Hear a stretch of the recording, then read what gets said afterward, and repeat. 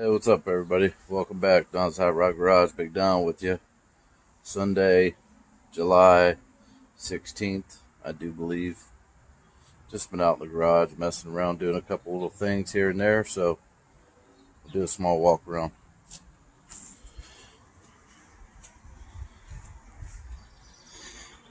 So I had this car out.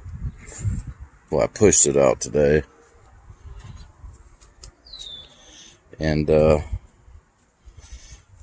I first brought it home, I said I was going to put the Wonderbar radio in it. So I took everything apart today.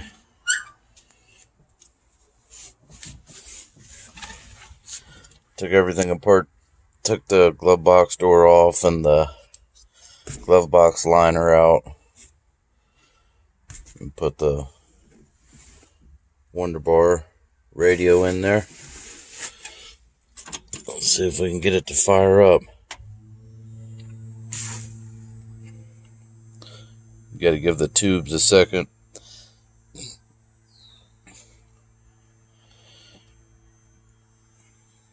I was surprised when I put it in here. It actually will turn on. That's on like 1460 or something like that. It's like the sports radio. Doesn't want to pick up a whole lot of channels, and it might be because the antenna's only up just a small bit. But it does work. And I got to thinking when it first turned on today, like, who knows the last time this radio has actually been on and working. And now it's got to fight through, Wi-Fi and text messages and everything else out in the world. Breaking news from ESPN's Diana Rossini. The Titans expect to sign free agent wideout DeAndre Hopkins. What do you think about that? It'll go louder, but I'm just sitting here right now because when the tubes really get going. 2-year contract worth up to $15 million this year. This offense certainly needed a shot in the arm. And when you hit the bar to make it search, I don't know if it needs adjusted or what, but it'll go over and it'll just keep cycling. It'll just keep cycling. So, but yeah, it's pretty cool. And then a couple guys had commented when I originally showed this radio about the 56 having them little dots on it. And them were civil defense stations, so I guess that was stations that you would tune into years ago. But yeah, that's pretty cool there. So,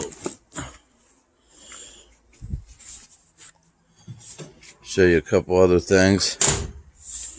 I went down to my buddy's house, Mike, and I got this. It's a complete power brake, original Turtlevec power brake booster for a 57. The booster itself is kind of rough. I mean, it may or may not clean up. So we'll have to cross that bridge when we get to it. But I figured I'd, take the brackets all apart and sandblast everything, because that's a 57, and 57 they're a little bit different because 57 has a different style dash and stuff, or not dash but firewall, and up there is like a 55 or a 56 original power brake setup that I may put on either the convertible or maybe redo it for the Nomad one day.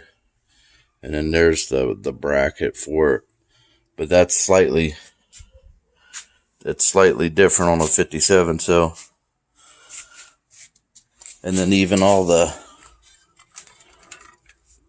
swing mechanism and everything, because like these 4 bolts are where your master cylinder would bolt up if you had manual brakes.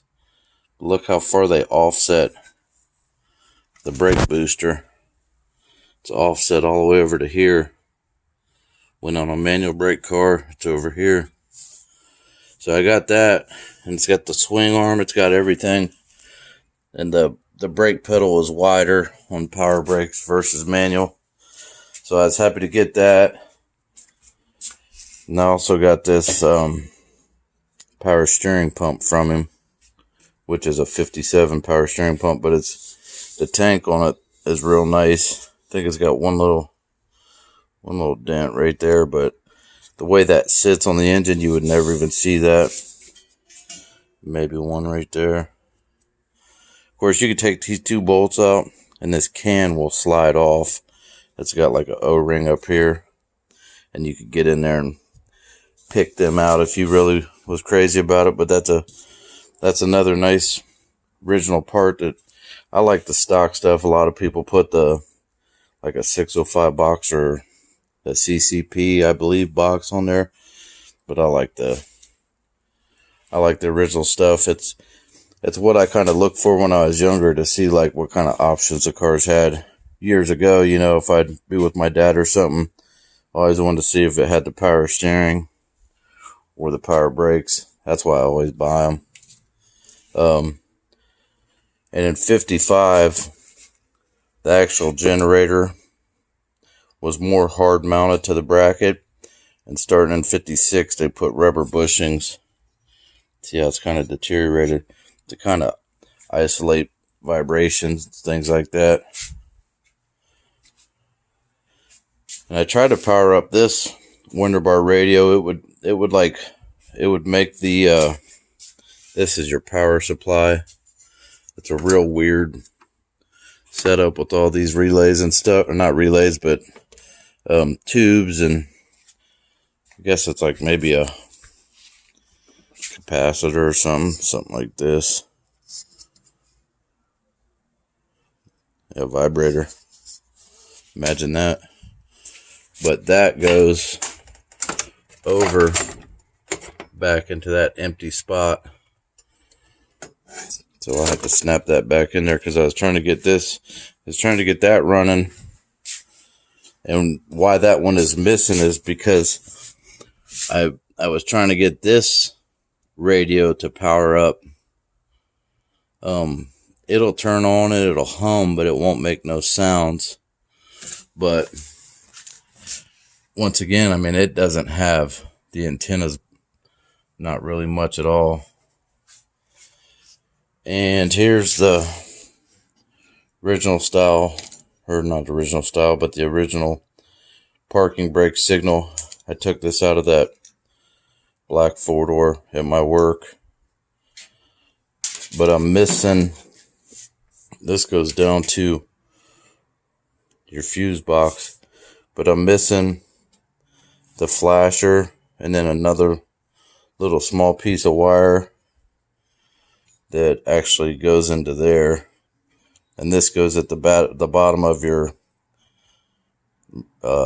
park brake, to when it gets pulled out, it releases it to where it makes the contact through the circuit and makes it start flashing. So that's really all I've been doing out here today. I just kind of got stuff laying everywhere. My one buddy gave me this real cool old charger. If I can get it out of here. It's got the dang park brake on it, but that's old school. Yeah, I got the box and everything. Owner's manual. So I was just more or less out here. I put the radio in it. Oh, excuse me. I took this piece of trim off because it was getting ready to fall off. The clips was bad, and I put new clips on it. I hooked up the kickdown cable. I was out here doing a bunch of tinkering with this car today. But I'm real happy to have that. Try not to ramble too much, but I'm real happy to have that in there now. I mean, it just looks right at home. And the original push button radio, I have it out of here. When I was trying to play it a couple weeks ago in the car, the reason why it wouldn't pick up a station is the antenna had somehow become unplugged. But as I get more free time from work, I'm going to start driving this car more, you know, try to get out and enjoy it a little bit.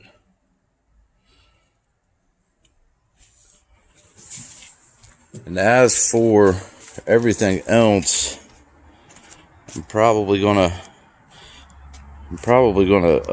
pull the nose off this car just right outside, where I can, in the evenings, start stripping down the firewall and get things ready, because I just got to pick at this car.